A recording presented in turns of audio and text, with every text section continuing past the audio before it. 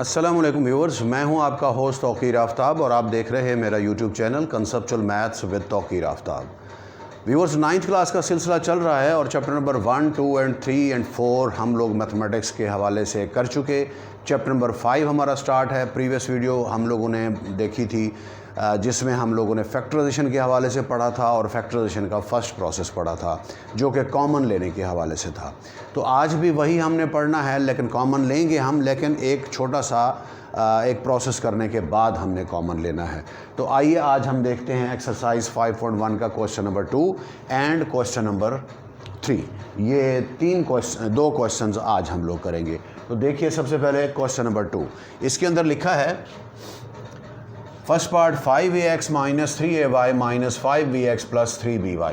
अब आप देखें, मैंने आपको बताया कि फैक्टराइजेशन का जो पहला प्रोसेस है वो है हम कॉमन लेते हैं। क्या इसमें से कुछ कॉमन है?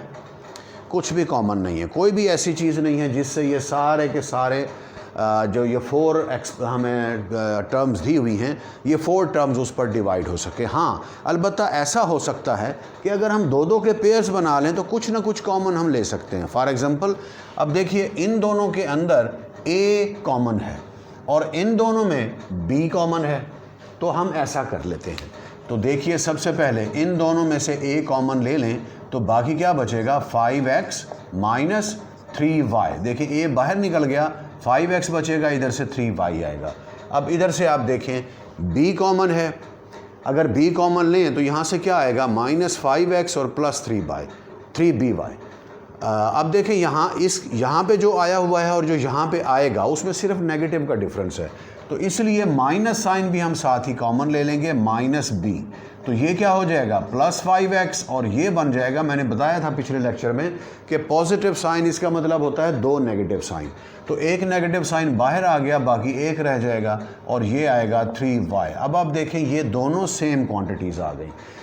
ये इस टाइप के क्वेश्चन जिसमें 4 टर्म्स दी हुई हों और ऑन दी होल तमाम में से कुछ भी कॉमन ना निकल रहा हो, तो हम क्या करेंगे? हम उसको दो में शिफ्ट कर लेंगे, दो के पेयर्स बना के उसमें से कॉमन लेंगे, और कॉमन लेने के बाद जो ये वाली चीज़ है ये आपस में इक्वल आनी चाहिए। अगर ये इक्वल नहीं आ रही तो इसका मतलब या तो आपने कॉमन गलत लिया हुआ है या फिर इस पर कोई और मेथड अप्लाई होता है। ओके, तो ये एक तरह से एक पहचान है इन क्वेश्चंस की। अब आप देखें, ये सेम आ गया तो इसी को कॉमन ले लीजिए। 5x माइनस 3y ये कॉमन आ जाएगा, बाकी क्या बचेगा? यहाँ से इस पूरी टर्म के अंदर a बचेगा और माइनस इस पूरी टर्म के अंदर b बचेगा, और यही आपका आंसर होगा। नेक्स्ट देखिए, इसका सेकंड पार्ट, फिर वही बात है कि कोई ऐसा नंबर नहीं है जिससे ये पूरे नंबर या वेरिएबल नहीं है जिससे ये पूरे का पूरा एक्सप्रेशन डिवाइड हो सके, तो हम कॉमन नहीं ले सकते। तो हम क्या करेंगे? हम दो के पेयर बना लेते हैं। इन दोनों में से देखें, y कॉमन है तो ले लें y कॉमन, बाकी क्या बचेगा? 3x प्लस इधर से क्या आएगा? 2।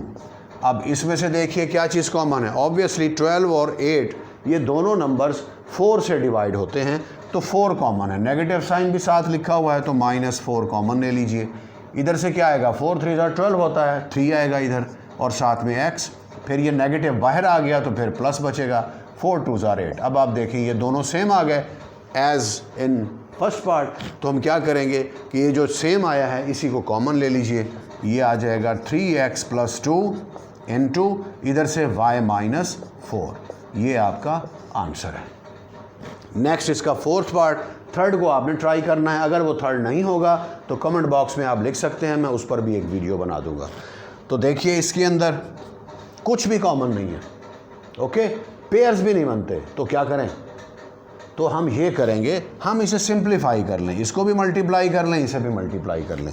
करें मल्टीप्लाई, क्या आएगा? ये बनेगा x square z minus y square z plus इधर से क्या आएगा? x y स्क्वायर फिर माइनस x z स्क्वायर। अब देखें, कॉमन लें, यहाँ से कॉमन लें तो z कॉमन आएगा, इधर से कॉमन लें तो x कॉमन आएगा, फिर वही चीज़ आ जाएगी जो क्वेश्चन में मौजूद है। तो कोई फ़ायदा नहीं ऐसा करने का, तो पेयर चेंज करें। ठीक है, जैसे यहाँ पे पहले 2 और आखिरी 2 को पेयर बनाते थे, यहाँ पर ये काम नहीं चलेगा। तो हम क्या करेंगे? इसको और इसको पेयर बना लें, इसको और इसको पेयर बना लेते हैं हम। तो देखिए, अब ये आएगा x स्क्वायर z और ये प्लस x वाई स्केयर, फिर इसे लिखें minus Y square Z minus X Z square. अब आप देखिए इन दोनों में से x कॉमन है तो बाकी क्या बचेगा, इधर से x और z आ जाएगा, प्लस इधर से क्या बचेगा y स्केयर। इन दोनों में से क्या चीज़ कॉमन है, माइनस z, तो क्या बचेगा इधर से y स्केयर और ये प्लस x z। अब आप देखिए y square plus x Z और ये y square plus x Z दोनों में मौजूद है, तो इसी को कॉमन ले लीजिए, X Z plus Y square, ये चीज़ कॉमन आ गई, बाकी क्या बचेगा x माइनस जेड। ये आपका आंसर है। नेक्स्ट देखिए थर्ड क्वेश्चन, ये अब और टाइप आ गई है। हमने पहली टाइप ये पढ़ी कि अगर 3 चीज़ें, 2 चीज़ें, 4 चीज़ें, 5 चीज़ें, 6 चीज़ें हमें दी हुई हैं, हम क्या करेंगे, सबसे पहला प्रोसेस आपने ये देखना है उसमें से आया क्या कोई चीज़ ऐसी है जो इन पूरी टर्म्स में से हम कॉमन ले सकें, तो ले लें, ये पहला प्रोसेस है। दूसरा प्रोसेस हमने क्या पढ़ा कि अगर हमें 4 चीज़ें दी हुई हैं और कुछ भी कॉमन नहीं निकल रहा तो 2-2 के पेयर्स बनाएं, पहले 2 के दूसरे 2 के पेयर बनाएं, अगर उससे काम नहीं बनता पहला तीसरा कर लें, दूसरा चौथा कर लें, उससे भी नहीं बनता तो पहला चौथा दूसरा तीसरा कर लें। बहरहाल ये शेफलिंग आप कर सकते हैं। तो ये तो थे उसके 2 प्रोसेस पहले। अब थर्ड प्रोसेस क्या है, जो कि क्वेश्चन नंबर 3 के अंदर दिया गया है। इसके अंदर हमें कंप्लीट स्केयर है, ये हमें एक परफेक्ट स्केयर चीज़ दी हुई है और हमने उसकी फैक्टराइजेशन करनी है। अब देखें कैसे, ये है 12a होल स्केयर और ये जो 1 है ये 1 का स्केयर है। जो ये चीज़ है ये लिखी हुई है 2 इंटू 12a इंटू 1, यानी a square plus b square plus 2ab। तो a plus b whole square open किया हुआ है, तो लिख लीजिए यहाँ पर ये a हो गया प्लस ये b हो गया और होल स्केयर। अब किसी भी चीज़ का अगर स्केयर है it means that thing is multiply by 2 times, तो हम इसे लिख सकते हैं 12a plus 1 into 12a plus 1 और यही हमारा आंसर होगा। सेकंड पार्ट देखिए, इसमें हमारे पास ये a बाय 2 होल स्केयर है और ये क्या है b by a whole square है और ये क्या है, ये है -2 into a by b into b by a। देखिए a से कैंसिल हो जाएगा, b से और -2 आ जाएगा।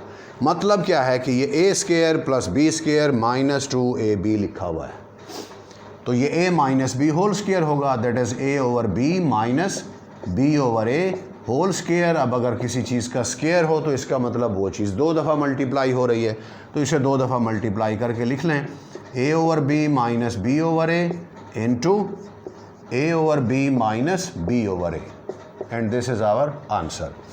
नेक्स्ट देखिए थर्ड पार्ट, ये है x plus Y whole square और ये जो 49z स्केयर है ये बेसिकली 7z का स्केयर है और जो इधर लिखा हुआ है ये है -2 into 7z into X plus Y.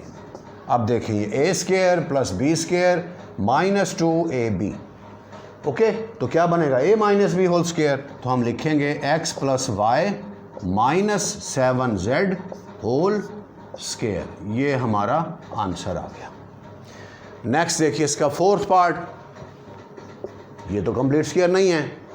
अब अगर ये उस मेथड से नहीं हो सकता तो हम क्या करेंगे, हम दोबारा रिवर्स गियर लगाकर हम लोग पहुंचेंगे फैक्टराइजेशन का पहला प्रोसेस। क्या था, कॉमन है, कुछ कॉमन चेक करें, 12, 36, 27, obviously 3 is common, okay, 3 common है, तो आप 3 को कॉमन ले लें, तो बाकी क्या बचेगा 4x square minus 12x plus 9, ठीक है जी। ये 3 कॉमन आ गया, 4x स्केयर इधर से 12 3 36 होता है, तो 12x इधर से 9 3 27 होता है, तो 9 आ गया। अब आप देखिए इस 3 को छोड़ के जो बाकी चीज़ें हैं वो कंप्लीट स्केयर है।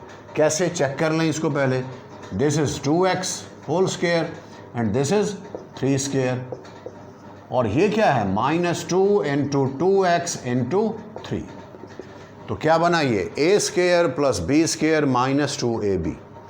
तो सॉल्व करें, 3 into 2x minus 3 whole square, अब स्केयर है तो इसे 2 दफ़ा लिख लीजिए, तो ये आ जाएगा 3 into 2x minus 3 into 2x minus 3, ये फैक्टराइजेशन आपकी कंप्लीट हो गई। तो व्यूवर्स, अगर आपने इसे नोट करना है तो मैं स्क्रीन से हट रहा हूँ, वीडियो पॉज करके इसको नोट कर लीजिए।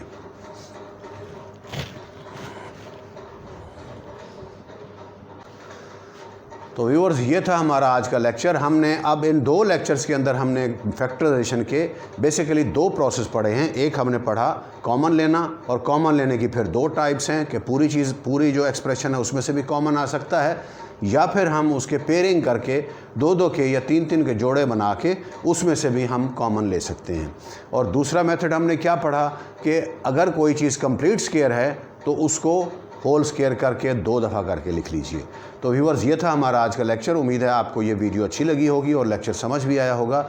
अगर आपको ये वीडियो अच्छी लगी है, लेक्चर समझ आया है, तो इसे ज़रूर लाइक कीजिए और मेरे चैनल को सब्सक्राइब भी कीजिए। साथ ही मेरा मैसेज अपने दोस्तों तक भी पहुँचाएँ कि इंशाअल्लाह 9th के बाद हम लोग 10th first year second year को ऐसे ही gradually each and everything mathematics की कंसेप्चुअली हम लोग देखेंगे, उसे समझने की कोशिश करेंगे। आपका बहुत बहुत शुक्रिया। अपना बहुत ज़्यादा ख्याल रखिएगा। अस्सलाम वालेकुम।